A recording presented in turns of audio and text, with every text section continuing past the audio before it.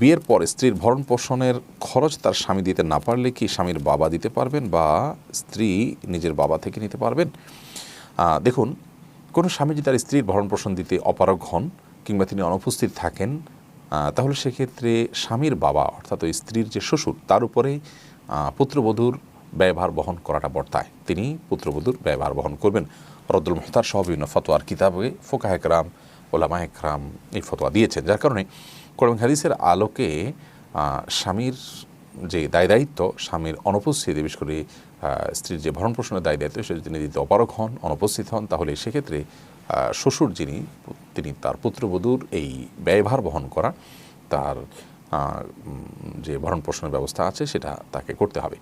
যদি তিনি না করেন তাহলে সেক্ষেত্রে তো অবশ্যই ওই স্ত্রী তার নিজের বাবার সংসারে চলে আসবেন বা বাবার উপরে বর্তাবে।